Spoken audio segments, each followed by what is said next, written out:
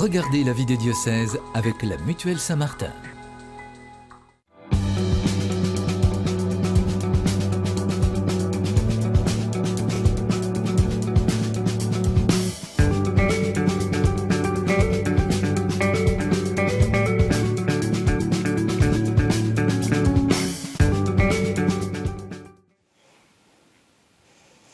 Bonjour à toutes et à tous et bienvenue dans la vie des diocèses. Comme chaque semaine, nous partons à la découverte d'un territoire, d'un diocèse et de son évêque.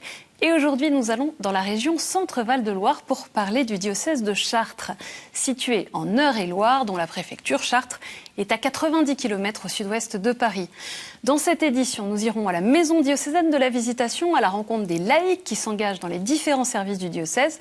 Et on parlera également de la mission couple et famille avec un couple engagé dans la préparation au mariage. Quelques mots sur le département de l'Eure-et-Loire. On trouve sur cette terre chrétienne depuis le IVe siècle la célèbre cathédrale de Chartres consacrée au XIIIe siècle. Le territoire de ce diocèse regroupe des réalités très variées, urbaines autour de Dreux et Chartres, agricoles avec les plaines de la Beauce et forestières avec le parc naturel du Perche. C'est aussi un département qui bénéficie de filières industrielles dynamiques comme la parfumerie ou la pharmacie par exemple. Et pour parler du diocèse de Chartres, je reçois Monseigneur Philippe Christori. Bonjour Monseigneur. Bonjour. Alors, on vient d'entendre quelques caractéristiques du territoire dont vous êtes l'évêque. Comment est-ce que vous décririez ce diocèse et les forces vives qui le composent en quelques mots ? Le diocèse, c'est un ensemble de gens qui sont très actifs. D'abord, moi j'ai envie de dire que j'ai beaucoup de joie à avoir des bénévoles qui sont nombreux. Je pense à la cathédrale de Chartres où nos guides bénévoles, par exemple, sont nombreux pour accueillir les pèlerins, les touristes. Je pense à la radio aussi, Radio Grand Ciel. Je pense à nos paroisses. Donc ça, c'est une réalité qui est très touchante. De fait, la mission vers les familles, on va en parler après, et c'est bien développé, donc c'est important.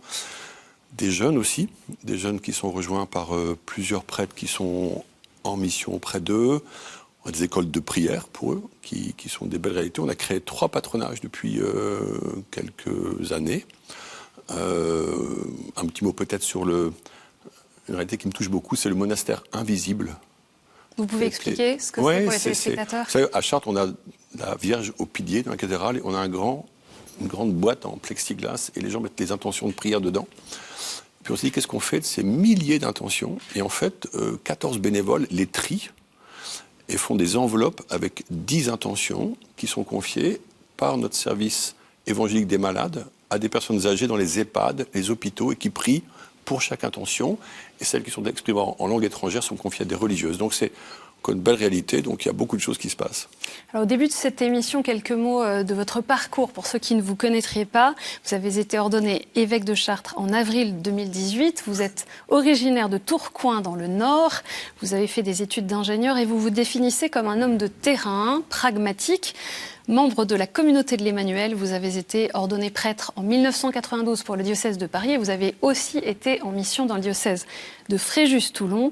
Votre devise épiscopale, c'est ce verset de l'évangile de Saint Jean, « Je suis venu pour qu'ils aient la vie et qu'ils l'aient en abondance ». Alors un élément de votre biographie, c'est qu'avant d'être séminariste, vous avez travaillé dans un pays qu'a visité le pape François il y a quelques semaines, le Soudan du Sud, un des 2 pays qu'il a visité. Il était également en RDC.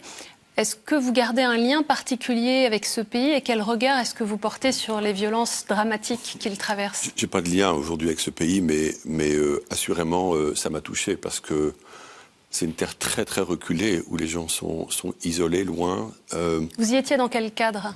Je travaillais comme ingénieur pour une entreprise française de travaux publics. On creusait un énorme canal là-bas et la guerre nous a arrêtés, nous a chassés. Donc la guerre a 40-50 ans là-bas. C'est une guerre très compliquée entre le nord et le sud et entre les tribus. Donc c'était heureux que le pape y soit allé. Et vraiment, il faudrait que ce pays s'en sorte.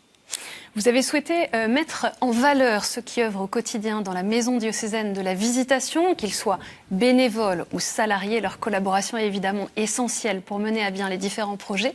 On va découvrir certains de ces visages grâce à ce reportage de Juan Diego Ortubé. Tous les jeudis matins, les membres des différents services diocésains peuvent participer à la messe. Pour Charlotte, directrice des pèlerinages depuis 1 an et demi, c'est l'occasion idéale de bien commencer sa journée.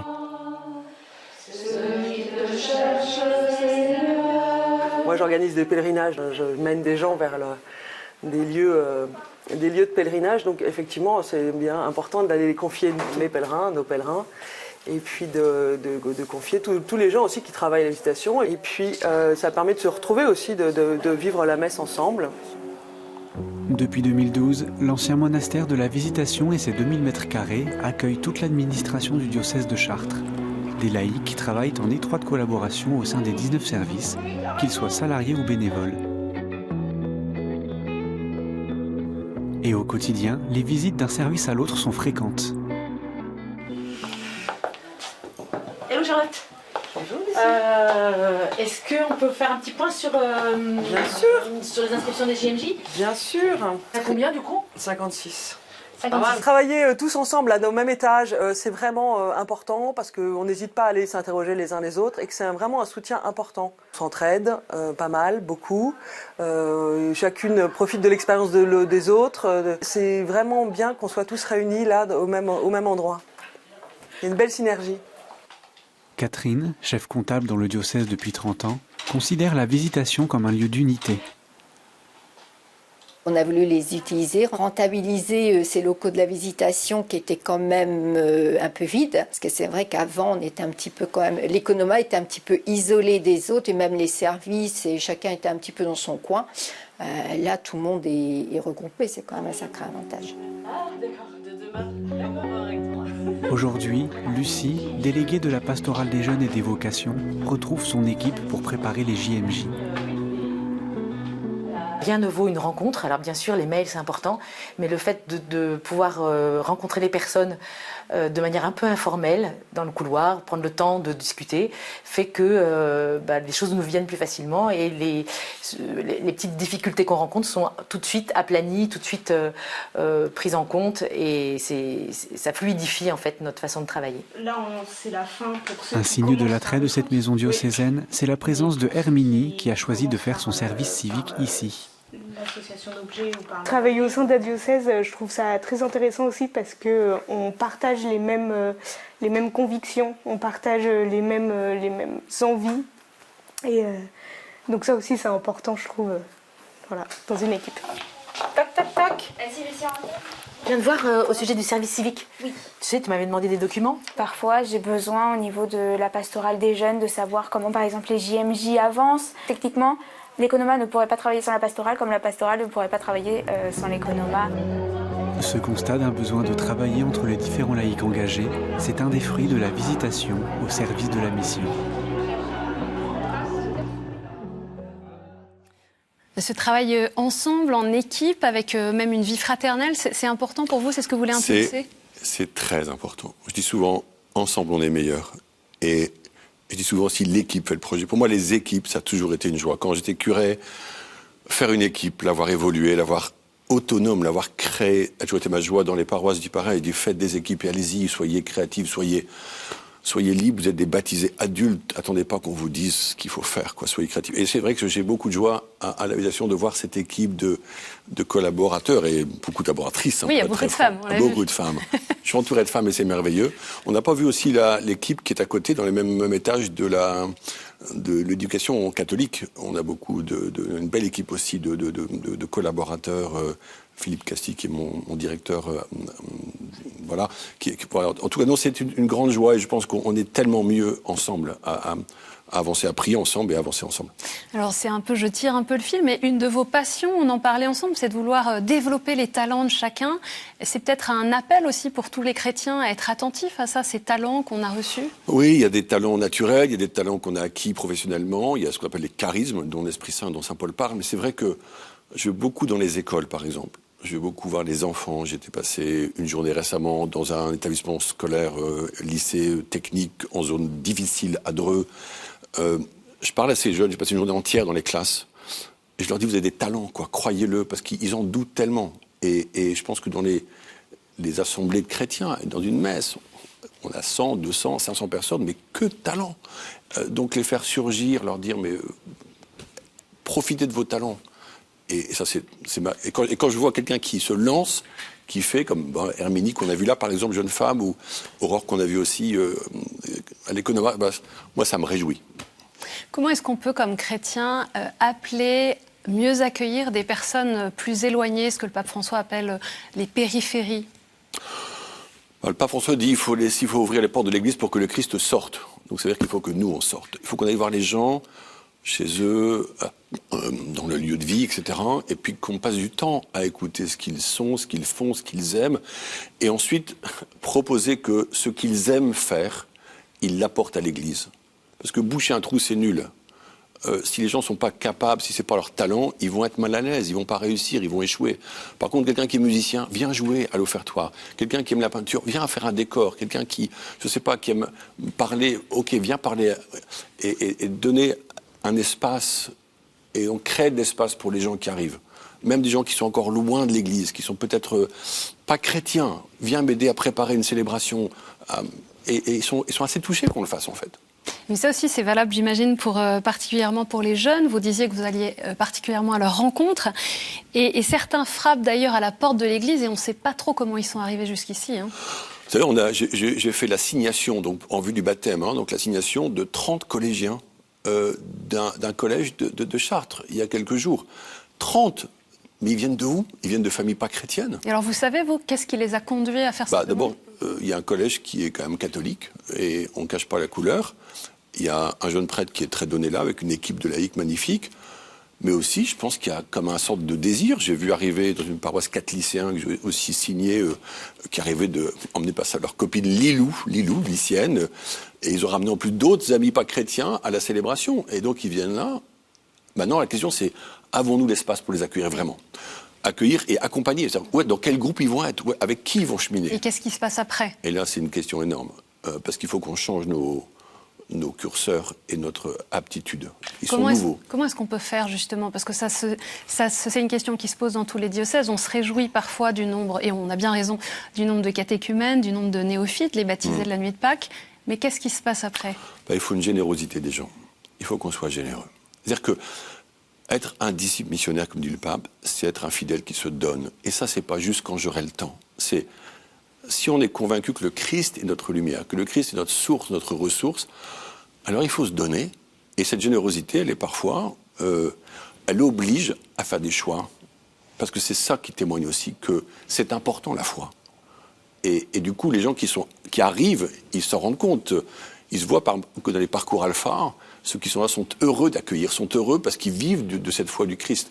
Donc non, il faut. Non. Moi, je pense qu'il y a de l'avenir, mais elle passe par la générosité des chrétiens.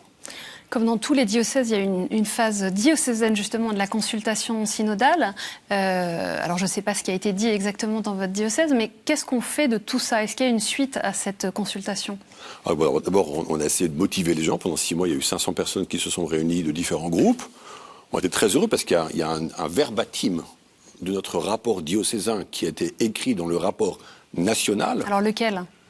Eh bien, il dit il faut plus de fraternité et pour ça, il faut plus de café partagé et d'apéritifs partagés. Voilà, une parole de sagesse. Extraordinaire parole spirituelle, n'est-ce pas? Bon, elle n'est pas passée au niveau continental, malheureusement. Ils n'ont pas compris la spécificité française. Mais moi, je trouve que c'est important et on va relancer, avec le Conseil épiscopal, on va relancer un travail de l'équipe synodale pour faire une sorte de fiche avec 10 propositions qui sont sorties du département, du diocèse, qu'on va les représenter dans les paroisses au printemps, en faisant un peu du porte-à-porte pour dire est-ce que dans ces 10 propositions, l'une d'entre elles vous conviendrait, vous pourriez la développer? Alors on est allé écouter Basile et Marie Odara qui font partie de la mission Couple et Famille avec une dizaine d'autres couples d'Eure-et-Loir. Ils se retrouvent régulièrement pour accompagner ceux qui souhaitent se préparer au sacrement du mariage. Depuis 1 an et demi, on a développé une préparation mariage diocésaine qui se fait plutôt à la carte avec justement cette idée de rendre service là où ont besoin les prêtres et les équipes pour leur couple à marier. La préparation au mariage qu'on propose sur le diocèse est principalement pour les couples qui veulent se marier. Mais c'est vrai qu'on aimerait vraiment faire cette transformation pour que les gens viennent plus forcément quand ils ont une date, mais qu'ils puissent se projeter en disant mais si on se mariait à l'église ou si on se mariait, on se pose la question. Voilà. Ou même poser la question, parce qu'on connaît tous des couples dans nos entourages qui sont ensemble et qui se posent peut-être plus la question aujourd'hui. et être en mesure de les inviter dans ce parcours pour prendre le temps avec eux, de discerner, voir est-ce que voilà, c'est leur chemin, le chemin de Dieu pour eux, que de se marier à l'Église, ou continuer ensemble ou autrement, en fonction de ce qui leur est donné. C'est une autre manière d'accompagner cet amour humain, naturel du couple, de les emmener plus loin ou autrement ? Moi, j'ai toujours eu dans le cœur cette mission des familles. J'avais créé l'école de vie conjugale quand j'étais curé pour accueillir des couples non chrétiens, non mariés, ne voulant même pas se marier, mais que personne n'aide. Donc je me dis, quand une famille va bien, les parents vont bien, le couple va bien, les enfants vont bien, les grands-parents vont mieux, enfin bref, ça... Et par contre, quand ils s'effondrent, c'est une catastrophe pour tout le monde. Donc alors du fait, on a créé cette mission avec Marie, enfin non, elle existait auparavant, mais eux-mêmes ont appelé ça mission et non pas pastorale, qui ne vise pas que les fiancés, qui vise, on a fait des rencontres, des journées pour des jeunes couples, on a fait une marche l'été dernier de 6 jours en Beauce, en plein Cagnard, avec 40-50 personnes. Donc, mais c'est vrai que la partie préparation au mariage, les paroisses font leur préparation au mariage. Elles ont plus ou moins de moyens, le curé, les prêtres, des laïcs accueillent, etc., et accompagnent, ça c'est super, mais on s'est dit qu'on pouvait proposer un projet comme à la disposition des paroisses. Et là, on part avec 120 fiancés et une douzaine de couples pour encadrer à Montligeon. C'est magnifique. Et il y a un beau travail qui se fait. Vous disiez qu'effectivement, quand une famille va bien, j'extrapole, c'est toute la société qui va bien aussi, puisque c'est la cellule de base.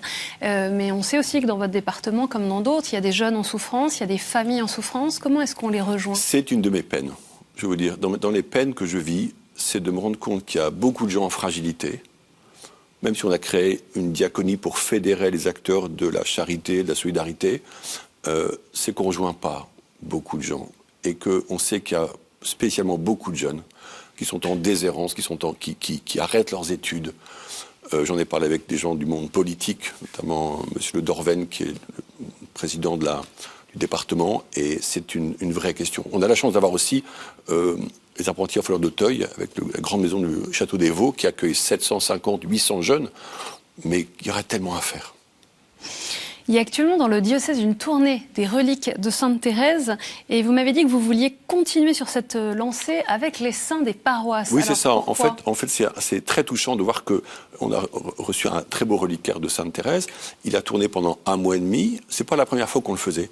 Mais là, toutes les paroisses pouvaient l'accueillir, les écoles. C'était un vrai succès. Beaucoup de gens sont venus.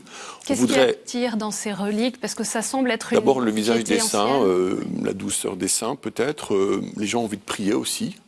Et comme je leur dis, le saint, il a incarné à son tour le Christ. Il a incarné à son tour le Verbe, la parole, l'Évangile, à sa façon, avec son charisme. Don Bosco avec ce charisme d'éducateur, par exemple. Mère Teresa avec ce charisme de proximité du plus pauvre. Et donc, quand j'ai une relique devant moi, je me dis, au fond, maintenant c'est à moi, c'est mon tour. Et donc, le Christ peut nous dire, et toi, tu fais quoi maintenant ? Et du coup, on voudrait, l'an prochain, donc 23-24, on voudrait que chaque paroisse se ressaisisse de ses saints. Soit des saints qui ont vécu là, soit qui ont été les saints patrons de leur paroisse. Et proposer des démarches similaires. Et après ça, on aura le grand jubilé, la cathédrale de Chartres, qui aura les 1000 ans de la crypte. Ce sera en 2024-2025. Avant le grand jubilé d'église, qui est en 25. Donc on aura plusieurs étapes comme ça, à la fois d'ouverture à tous, de prière, avec les saints. Et justement, vous venez de l'évoquer, mais c'est quoi les projets pour ce millénaire de la crypte de la cathédrale de Chartres ? Est-ce que vous avez déjà des idées ? Ce sera en 2024, c'est ça ? Ça sera du 7 septembre 2024, la fête de Saint-Fulbert, qui est l'évêque de l'an 1024, et jusqu'au 15 août 2025.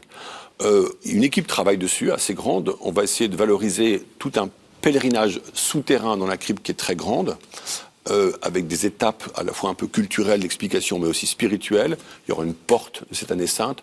On va profiter aussi d'accueillir tous les pèlerins visiteurs avec des célébrations peut-être en différentes langues, avoir des invités pour parler aussi d'histoire, spiritualité, etc. Donc on va essayer de faire un projet qui va non seulement toucher la France, mais aussi, on l'espère, l'Europe. On pourra suivre ça dans les prochains mois, puisqu'on sait que la cathédrale de Chartres est un lieu extrêmement visité. Je ne sais pas combien très visité, puis les restaurations sont incroyables. Merci à l'État, merci à la DRAC, parce qu'on a une belle église de plus en plus belle. Alors, Monseigneur, on va passer maintenant à quelques questions de terrain.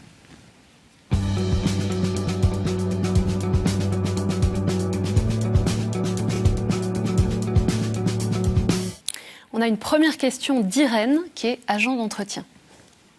Bonsoir, Monseigneur. Ça fait 5 ans que vous êtes ici à Chartres. On voulait savoir si ça vous plaît d'être ici. Eh bien, Irène, oui, ça fait 5 ans bientôt et je suis heureux d'être là, je pense. C'est pas facile tous les jours quand même. Objectivement, on porte des soucis, on porte des questions par exemple, financières. J'ai pas vu arriver de vocation consacrée et de jeunes séminaristes malheureusement. Mais par contre, je suis entouré de plein de gens. Il y a des très belles personnes autour de nous, vraiment magnifiques. Une deuxième question de Françoise, retraitée. Bonjour Père. Quelle est la place de la cathédrale aujourd'hui dans le monde que nous avons, cette cathédrale de Chartres que tout le monde vient voir de si loin? Merci pour votre réponse. Mais Françoise, qu'on appelle aussi Framboise, merci Framboise de cette question, oui, je la connais bien, c'est une femme merveilleuse qui est une guide extraordinaire de la cathédrale de Chartres, qui fait aussi des fleurs magnifiques. De fait, c'est un lieu qu'on aime beaucoup. Pour moi, c'est un lieu marial. J'aime la Vierge Marie, j'ai fait de la mariologie aussi. Et je trouve que ce lieu garde cette dimension de prière, d'accueil. Même quand il y a beaucoup de monde qui vient, ils sont comme saisis par une marque, par une ambiance. Et Marie nous conduit au Christ. C'est un lieu, alors on peut l'avoir vécu personnellement, et c'est mon cas, où on vient en pèlerinage aussi. On vient en pèlerinage et on voit la cathédrale des Plaines de la Beauce qui apparaît au loin. Ouais. 400 groupes au moins s'annoncent en pèlerinage, plus tous les pèlerins individuels et en petits groupes. Donc il y a beaucoup de monde à accueillir. Et les équipes de guides dont elle fait partie sont très précieuses. Une dernière question d'Evelyne qu'on écoute tout de suite. Bonsoir Monseigneur. Vous avez dit que vous aviez perdu la foi à un moment donné. Comment avez-vous retrouvé le chemin de l'Église et de la foi? Merci Monseigneur. Merci à vous, Evelyne. C'est une bonne question, mais vous savez, la foi, elle se transmet par l'annonce. Saint Paul le dit, il faut que les témoins parlent, il faut que les chrétiens parlent. Moi, c'est parce qu'une jeune femme m'a parlé de Dieu, m'a parlé de sa foi, en était rayonnante. Donc, on a besoin que tous les chrétiens se disent « je dois peut-être rencontrer quelqu'un ». Et je me suis souvent dit « mais si cette femme s'était tue ce jour-là, où serais-je moi ?» Très loin peut-être. Et donc, voilà, que chacun se sente libre, mais en même temps encouragé à annoncer Jésus-Christ. Une question pour terminer cette émission. On a un petit peu de temps, donc on peut rester sur ce thème-là. Je sais que vous intervenez dans quelques jours, quelques semaines sur cette question. Comment est-ce qu'on peut redécouvrir cette joie d'appartenir à l'Église et le lier peut-être davantage à la joie d'appartenir au Christ? On sait combien des questions se posent par rapport à l'Église, ce qu'on peut vivre à l'intérieur de l'Église. Quelle est à la fois votre expérience et puis aussi peut-être votre message de pasteur, d'évêque? L'Église est une vieille dame, comme on dit, qui a 2000 ans. Elle est faite de nous tous, on est tous des pécheurs, mais elle porte beaucoup aux gens. Elle apporte beaucoup à travers, par exemple, tous ces bénévoles qui vont dans les hôpitaux, qui vont dans les EHPAD, qui vont à la prison, qui font du bien aux gens. Hein, le bien ne fait pas de bruit, comme on dit. Il y a une générosité. Un jour, une dame me disait, je lui disais, mais on porte la communion à des malades. Et je lui dis gentiment, mais à combien de personnes chaque semaine? Elle me dit 19. Je lui dis quoi? 19 personnes à visiter. C'est ça l'Église aussi. Bien sûr que l'Église a vécu et vivra encore des drames et des choses difficiles, les abus sexuels. C'est une horreur et on accueille les victimes. On a une bonne équipe pour ça. On essaye d'accompagner, peut-être pas assez, mais on le fait autant qu'on peut, prendre de la prévention. Mais à côté de ça, il y a beaucoup de joie et beaucoup de vie. Et quand je rencontre des gens, ils sont plutôt encourageants. Ils nous remercient d'être là pour leurs funérailles, pour des sacrements. Tous ces gens qui viennent pour des mariages, on est surpris de voir qu'ils attendent de l'Église quelque chose de fort. Et nous, on les conduit ensuite au Christ, parce qu'ils viennent demander peut-être un service, mais nous, on veut les amener ensuite à voir que celui qui donne la vie, la joie, c'est le Christ. Et il faut en parler. Justement, dans votre vie de baptisé, de prêtre, d'évêque, qu'est-ce que vous pourriez dire à ceux qui nous regardent et qui sont un peu désespérés comme chrétiens, qui se demandent à quoi bon suivre le Christ? Quel témoignage vous voudriez porter? J'ai envie de leur dire, retrouvez le chemin de la prière. Souvent, quand on me dit j'ai perdu la foi, je leur dis non, Vous avez perdu la prière. La foi, c'est un don au baptême. Vous l'avez reçu, la foi. Mais nous devons prier beaucoup. Le pape le dit, l'Écriture le dit, prier sans cesse. Prendre un évangile. Sœur Emmanuelle Ducaire disait, moi je lis l'évangile tant que je ne suis pas en paix. Alors lisons l'évangile, retrouvons le goût de la parole et retrouvons le Christ dans la parole qui nous parlera à nous aussi. Et puis ensuite peut-être levons un peu les mains, c'est un peu charismatique, je sais bien. Levons les mains et louons Dieu, bénissons Dieu pour la vie qu'on a, pour telle personne, tel regard, tel sourire. Le soleil, quand je suis venu aujourd'hui, était magnifique. Vous voyez, c'est louer le Seigneur. Vous serez heureux, vous serez apaisé. Merci beaucoup, Monseigneur Philippe Christori, d'être venu sur ce plateau de la vie des diocèses. Alors, pour tous ceux qui veulent en savoir plus sur le diocèse de Chartres, le site internet diocèseschartres.fr, l'adresse s'affiche sur l'écran. Cette émission est bien sûr à retrouver sur ktotv.com. Merci encore pour votre fidélité. Je vous donne rendez-vous la semaine prochaine.